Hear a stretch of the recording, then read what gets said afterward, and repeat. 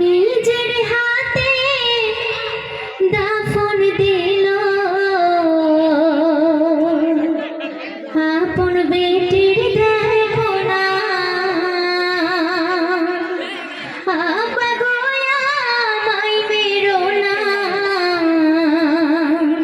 তবু পাশান হৃদয় গলে না দাইয়াতুল কলবির ঘটনা করিব আজ বর্ণনা দাইয়াতুল কলবির ঘটনা করিব আজ বর্ণনা দাইয়াতুল কলবির ঘটনা। তো একদিন মসজিদ নববীতে বসে নবীজি যখন বয়ান দিচ্ছেন যে মেয়েদের কত গুরুত্ব, কোনো পরিবারে যদি কোনো পিতাকে তার সন্তান একটি করে সন্তান হয় তাহলে তার পিতাকে আল্লাহ পাক জান্নাতে একটি করে দালান করে দেন। তো নবীজি বোঝাচ্ছেন নারীদের কত গুরুত্ব, নারীদের কত সম্মান। তখন সেই সময় দাইয়াতুল কলবি এই কথা শুনে অঝর নয়নে কাঁদছেন। তখন নবীজি বলছে যে তুমি কেন কাঁদছো? তখন সেই দাইয়াতুল কলবি কি বলছে শুনুন। মসজিদ নববী বসে নবী দিচ্ছিলেন বয়ান বেটির মমতায় ভালোবাসায় থাকে জান্নাতে দালান। মসজিদ নববী বসে নবী দিচ্ছিলেন বয়ান বেটির মমতায় ভালোবাসায় থাকে জান্নাতে দালান। এক সাহাবী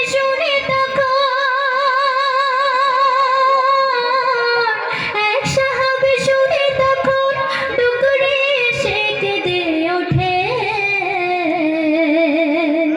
শোকের তুফান বইছে যেন বুক যেন তারে যায় ফেটে।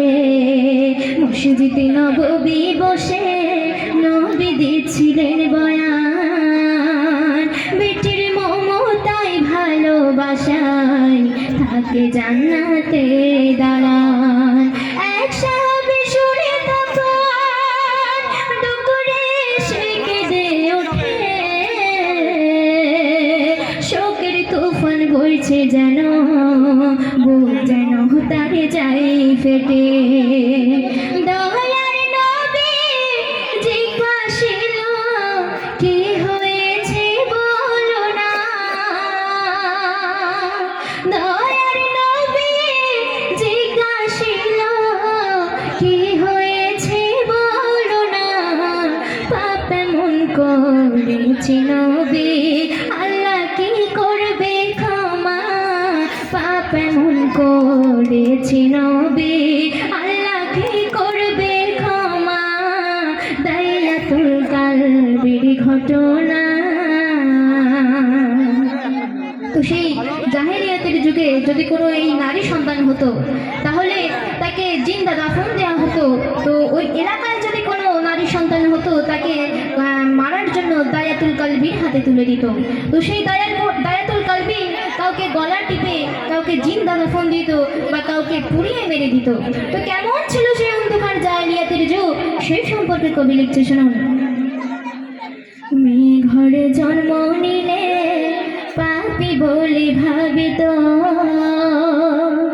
আর গলা কেটে গলা টিপে কাউকে বা জানিয়ে দিত। মেয়ে ঘরে জন্ম নিলে পাপি বলে ভাবিত আর গলা কেটে গলা টিপে কাউকে বা জানিয়ে দিত। জিন্দা দাফন দেয়া হতো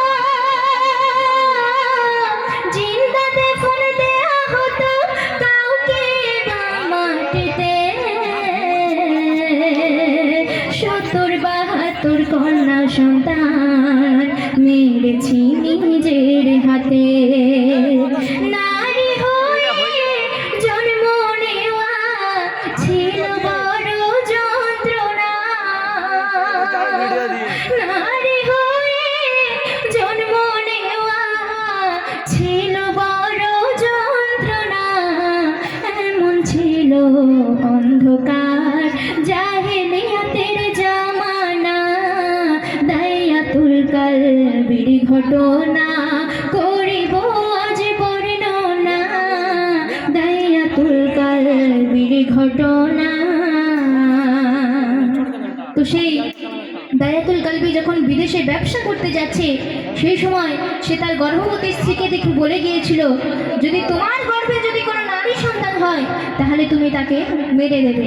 তখন 4 বছর পরে যখন দায়াতুল কালবি বাড়ি এসে দেখছে এক ফুটফুটে একটা কন্যা সন্তান তার সামনে বসে রয়েছে, তখন তার স্ত্রী বলছে, দেখো না স্বামী, আমার সোনার মুখটা তুমি দেখো, আমি তার মায়ায় পড়ে গিয়েছি, আমি তাকে মারতে পারলাম না, তুমি তাকে মেরো না, তোমাকে আব্বা বলে ডাকবে এবং আমাকে মা বলে ডাকবে।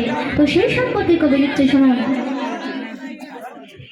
গর্ভবতী দেখে বিবে ব্যবসা করতে যাই বিদেশ, মেয়ে হলে মেরে দিও বিবি মোরেটা আদেশ। গর্ভবতী দেখে বিবে ব্যবসা করতে যাই বিদেশ, মেয়ে হলে মেরে দিও বিবি মোরেটা আদেশ। 4 বছর পরে ঘরে ফিরে দেখি চাঁদের কোনা, বিবি বলে, দেখো স্বামী, মোর ছোট সোনার রূপখানা। গর্ভবতী দেখে বিবি ব্যবসা করতে যাই বিদেশ, মেয়ে হলে মেরে দিও বিবি মোরেটা আদেশ। 4 বছর পরে ঘরে ফিরে দেখি এক চাঁদের কোনা, বিবি বলে, দেখো স্বামী, মোর ছোট সোনার রূপখানা। মায়ার বাঁধনে বেঁধে ফেলেছি, মারতে আমি পারলাম না। মায়ার বাঁধনে বেঁধে ফেলেছি, মারতে আমি পারলাম না। স্বামী গো কিছু বলো না, ডাকবে আপা আমার মা। স্বামী গো কিছু বলো না, ডাকবে আপা আমার মা। দায়াতুল কালবির ঘটনা। তো তারপরে 4 বছর পরে যখন সেই দায়াতুল কালবি বাড়ি এলো, তখন তার সেই ছোট্ট শিশুটা বলছে, তার আব্বার ভালোবাসার পাওয়ার জন্য আব্বা আব্বা বলে তার বাপকে জড়িয়ে ধরলো। তখন সেই দায়াতুল কালবি বলছে যে, আমার সোনাকে কালকে আমি ঘুরতে নিয়ে যাব, তুমি আমার সন্তানকে নতুন সাজে সাজিয়ে দিও। তো তারপরের দিন